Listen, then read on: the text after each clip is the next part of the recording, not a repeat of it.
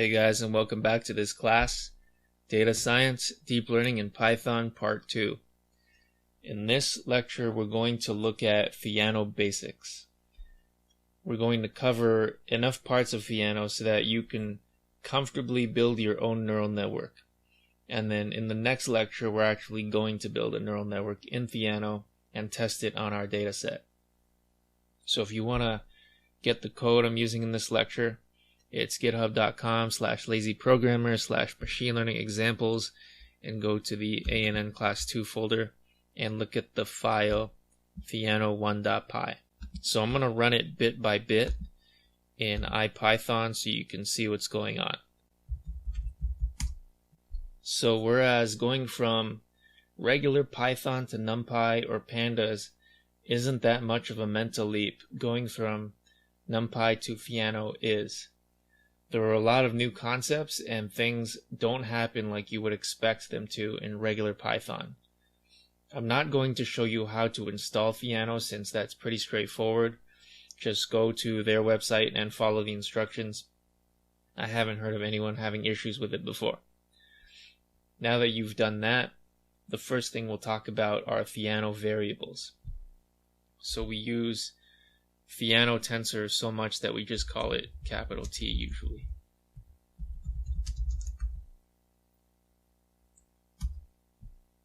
So we can create a scalar like this, t.scalar, and you pass in the name as the first parameter. So we can do the same for a vector and a matrix.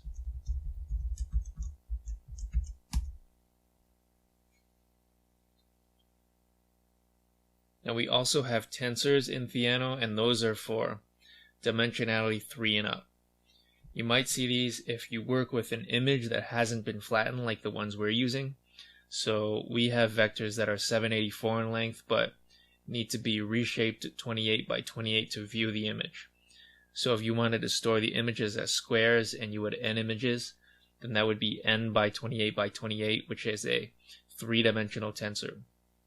If you had 3 color channels, for example, red, green, and blue channels, then you would have an n by 3 by 28 by 28 tensor, which is a 4-dimensional tensor.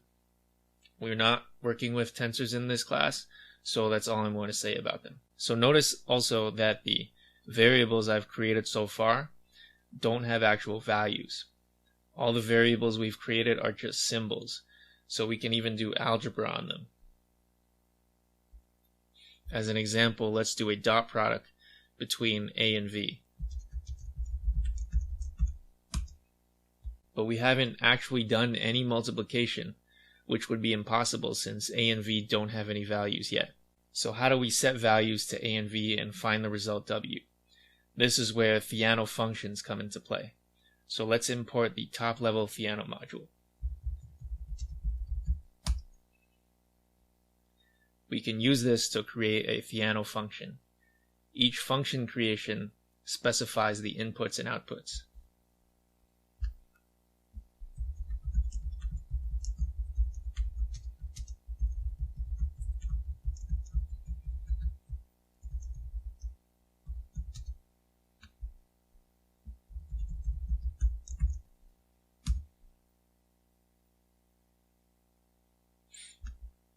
And now let's import NumPy so we can create real arrays and call the function.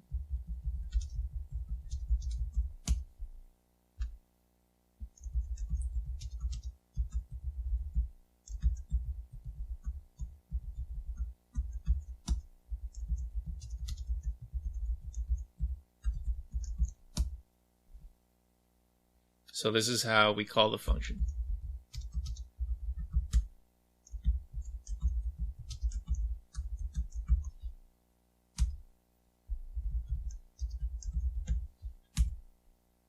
And we get the expected result. So that's nothing very exciting so far. One of the biggest advantages of Theano is that it links all these variables up into a graph, and we can use that structure to calculate gradients for you using the chain rule, which we discussed in the first course. In Theano, regular variables are not updatable, And to make an updatable variable, we need to create what is called a shared variable. So let's do that now.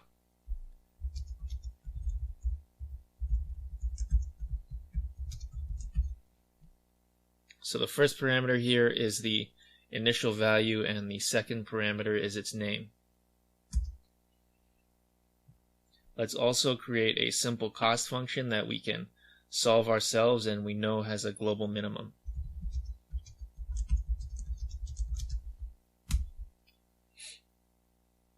And then let's tell Theano how we want to update x by giving it an update expression.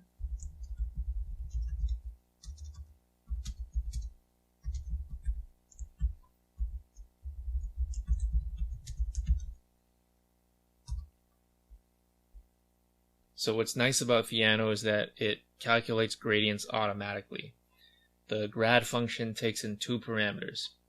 The first is the function you want to take the gradient of, and the second is the variable you want the gradient with respect to.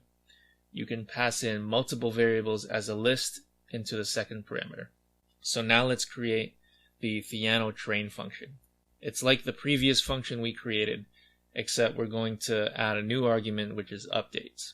The updates argument takes in a list of tuples, and each tuple has two things in it. The first thing is the shared variable to update, and the second thing is the update expression to use.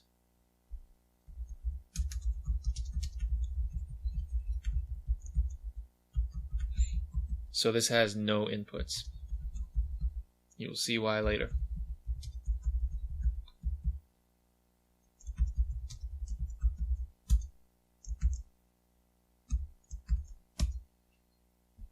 Okay, so we've created a function to train, but we haven't actually called it yet. Now notice that x is not an input, it's the thing that we update.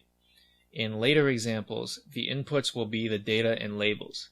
So the inputs param takes in data and labels, and the updates param takes in your model parameters with their updates. Now we have to write our own loop to call the training function.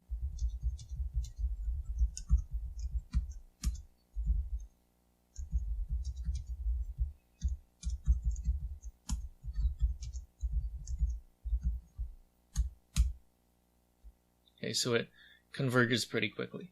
Notice that we've converged to the expected cost, and we can print the optimal value of x using the getValue function, and this is also what we expect.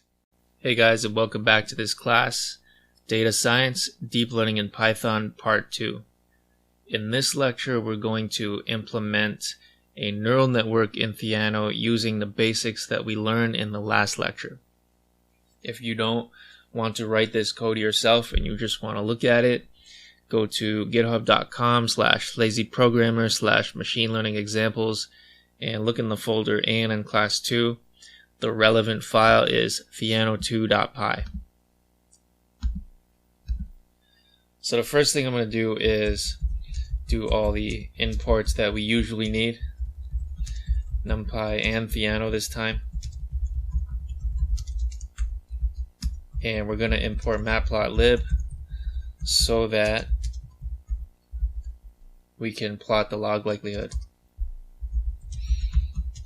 We're going to use our utils to get the data and our indicator matrix creator.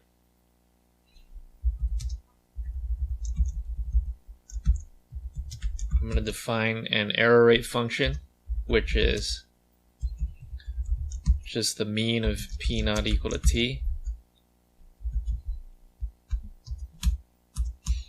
And new versions of Theano have the relu function, but just in case yours does not, we're going to implement it ourselves.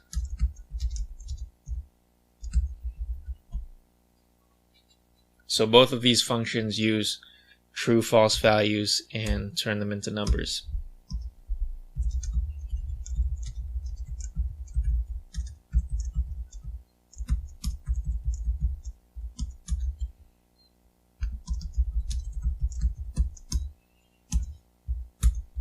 So step one, as usual, is just to get the data. We're going to use all this same stuff from previous examples.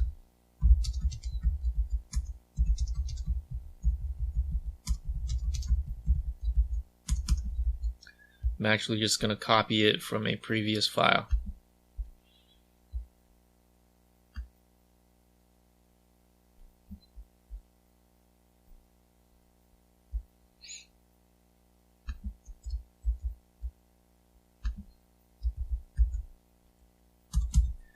Okay, so the next step is we have to create our Theano variables and expressions.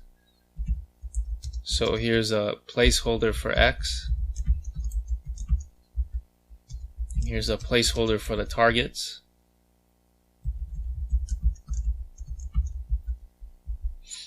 And all the parameters will be shared variables.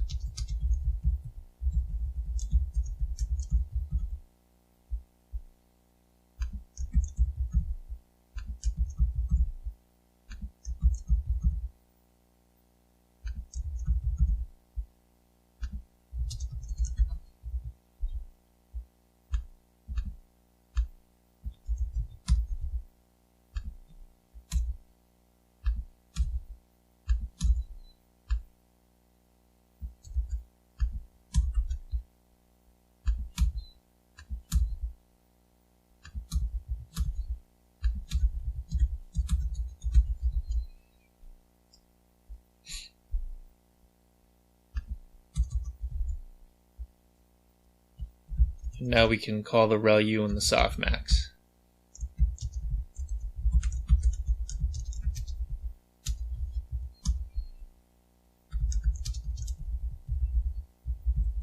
So Theano has its own built-in softmax.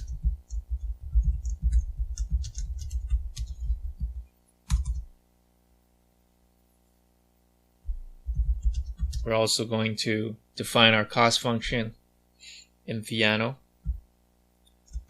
So this is the negative target times t of log, not np.log. And we sum all of those. And then we add the regularization.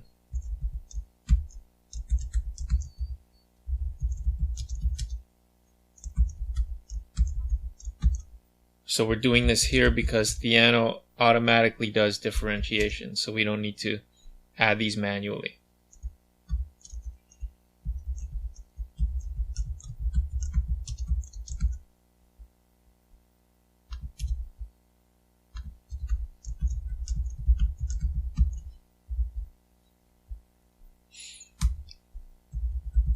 And we also need the prediction so that we can calculate the error rate.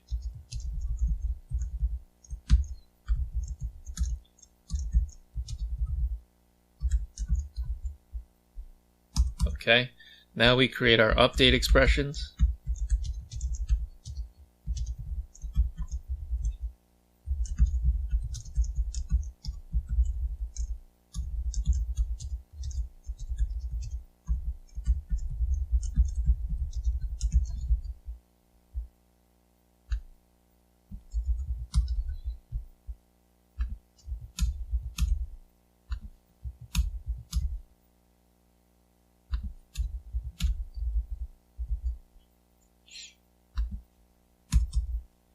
And now we create our train function, which is a Theano function.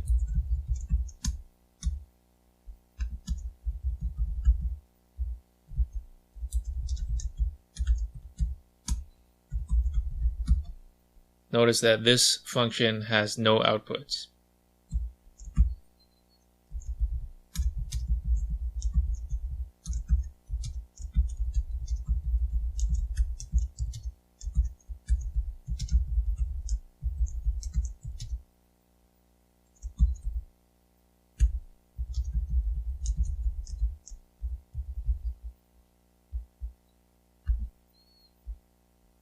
And we're also going to create a function to get prediction, since we are always doing that on the test set.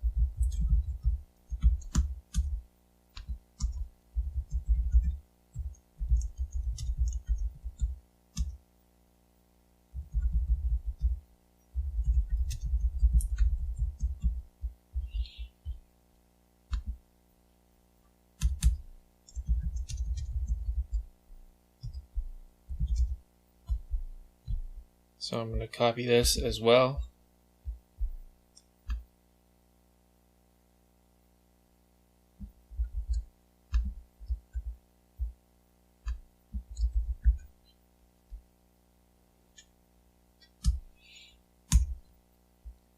And now I'm just going to call Theano's train function.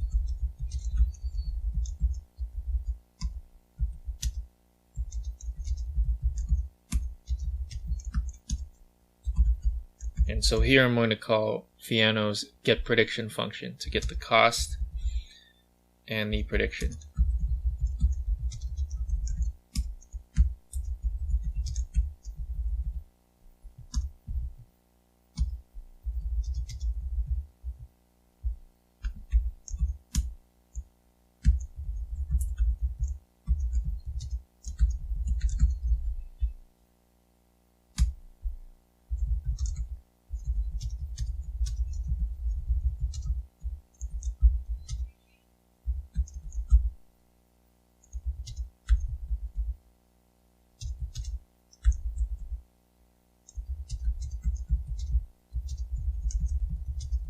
So this is the same stuff we've been printing in every example.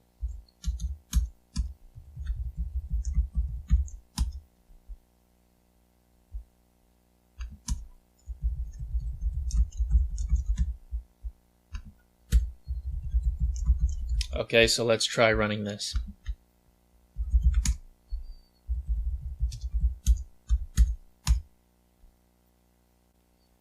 Okay, so everything seems to be working as expected. Hey guys, and welcome back to this class, Data Science, Deep Learning in Python, Part 2. So in this lecture, we're going to look at TensorFlow. And we're going to do TensorFlow Basics, which is going to be analogous to Theano Basics. It's going to introduce basic variables and functions and expressions and shows you how you can optimize a simple function. I compare this to Theano1.py multiple times, so you might want to check that out first if you haven't. So let's just do our usual imports.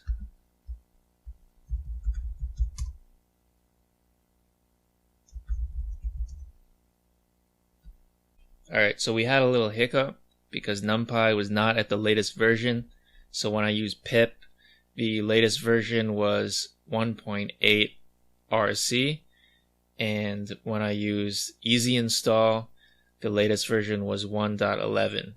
So you may want to update using easy install if your NumPy is not currently at the latest version. So let's do our imports again.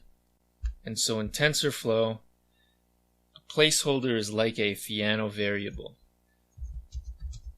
So let's create a matrix.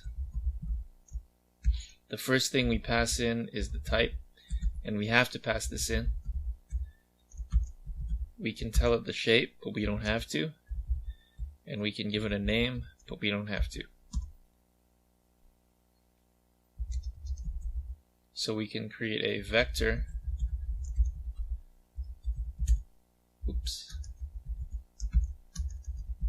And not give it a shape or a name.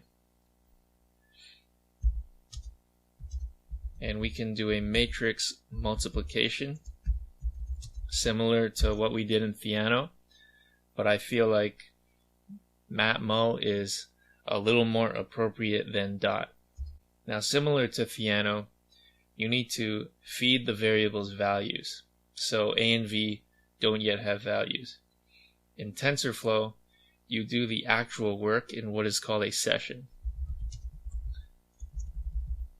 So you can open a session like this.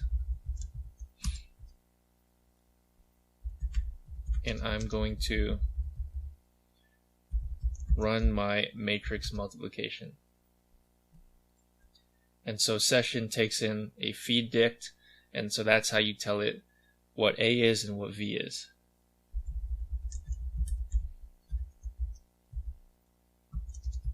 And so you can use NumPy to send in these values.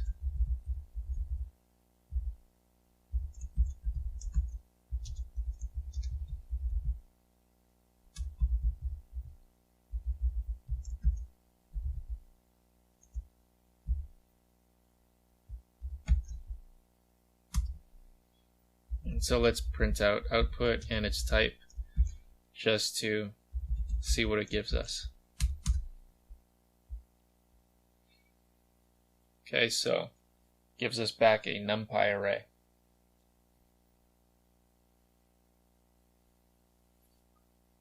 Notice that this isn't really like NumPy, where you can omit this last dimension. So TensorFlow does real matrix multiplication. And so now we're going to have a variable that we're going to update using gradient descent. So I'm going to show you one example first. You can create a TensorFlow variable. You can pass in a TensorFlow random normal as its initial value, or you can also pass in a NumPy array.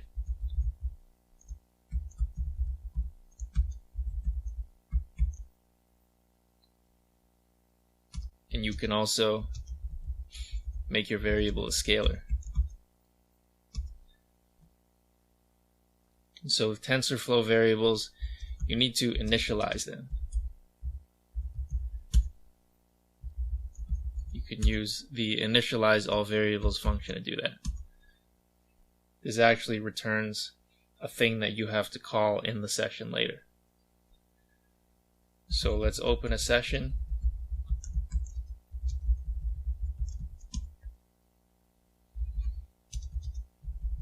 And let's run our init. Let's just print out to see what we get. So we get none.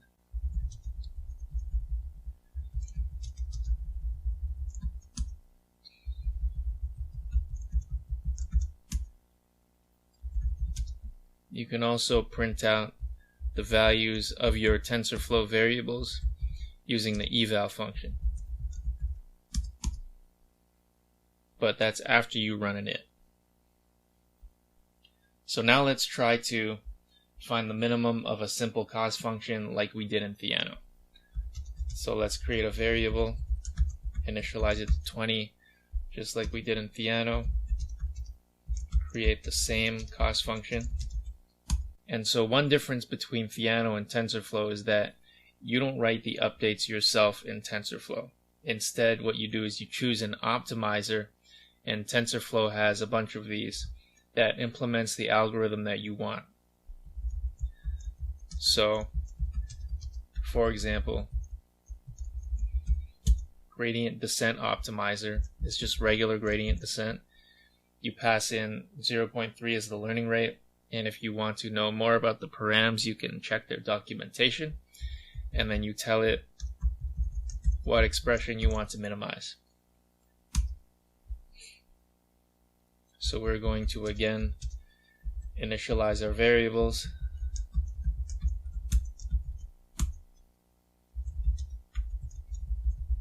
And then open our session.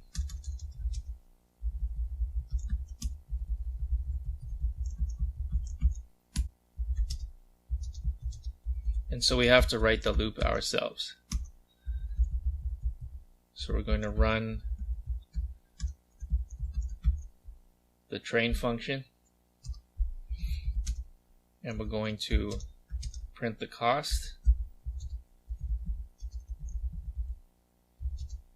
and the value of the parameter on each iteration.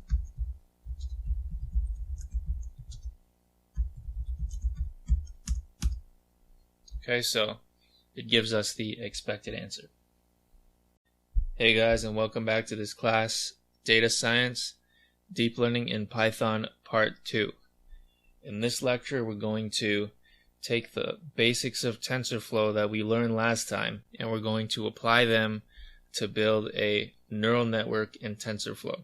So if you don't want to write this code yourself and you just want to check it out, go to github.com/lazyprogrammer/machine learning examples, and it's in the folder ANN class 2, and the relevant file is tensorflow2.py. So we're going to first do our usual imports.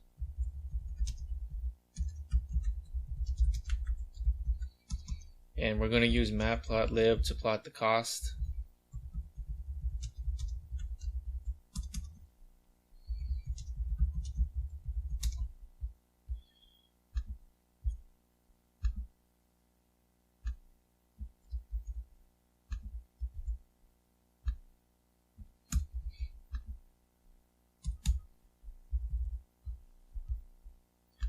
And we're going to use the same error rate calculation from the Theano example.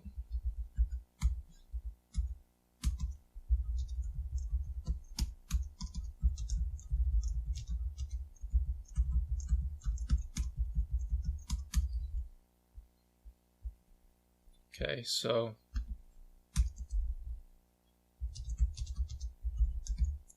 we're going to get our data as usual. And we're going to copy all this stuff from the Theano example up to there.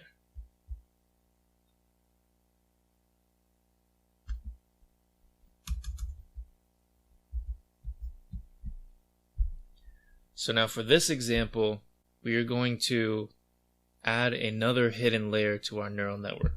So we're going to make the second layer size 100. So now this dimensionality changes to D and M1. This will be M1 and M2. And then we're going to have another set of weights and biases. So this is M1, this is M2, this is K, this is M2, this is K. This is W3 and B3. Okay, and so now, as an analogy to Theano, we're going to create our TensorFlow variables and expressions. So X is a placeholder. It's a float 32. And you can pass in none as a length of the shape.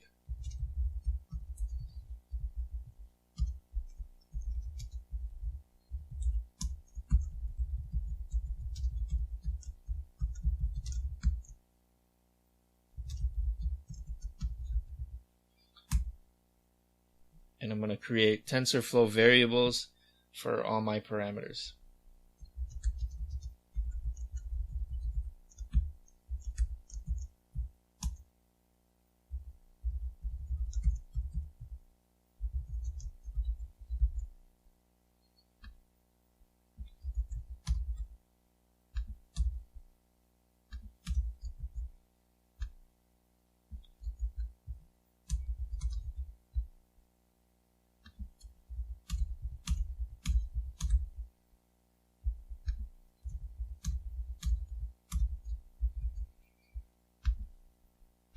And now I'm going to use TensorFlow functions to define my model. So the first hidden layer output will be ReLU matmul x and w1 plus b1. The second layer output will be TF ReLU matmul z1 and w2 plus b2. And I'm calling this output y-ish because it's not really y. It's just the matrix multiplication of z2, w3 plus b3 without doing the softmax, because the softmax is included in the cost calculation for some reason. So you can write the cost as reduced sum, and then we're going to call this weird function called softmax cross entropy with logits, and we're going to pass in our y-ish variable and the targets. And so we need our train and prediction functions, and we're going to pass in predict to get the error rate. So train op equals So for this example, we're going to use the RMS prop optimizer since we already learned about it. And as it happens, the RMS prop optimizer also includes momentum. So we're going to use both of these in the TensorFlow example.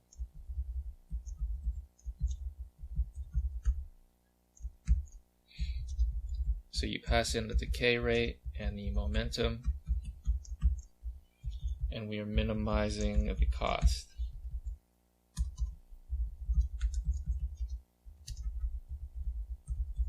And prediction is just the argmax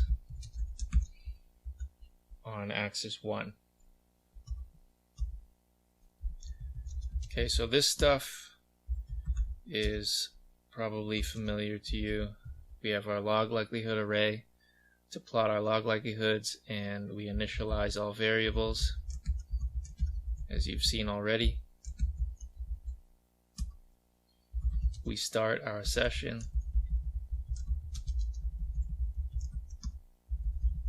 We run the init function, and then we have our usual for loop.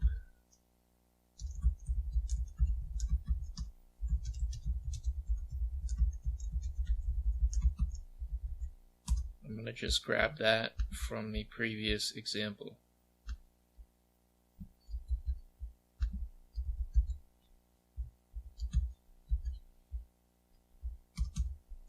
Okay, so in Theano we just call a function. In TensorFlow we call session to run the function. And we pass things in through the feed dict.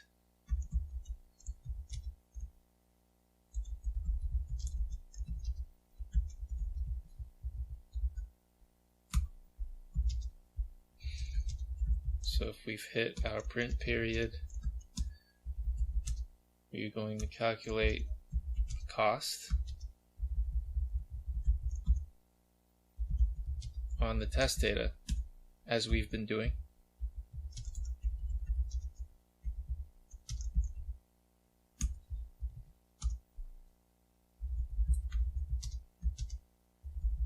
And we're going to run our prediction as well so we can get the error rate.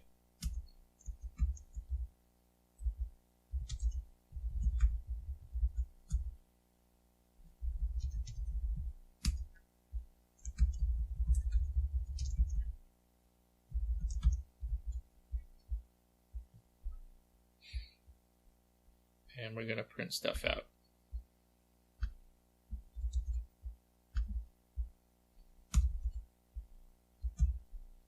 So this is going to be test cost. This will be also test cost. And after all that's done, we're going to plot the log likelihood again. And that's it. So let's run this.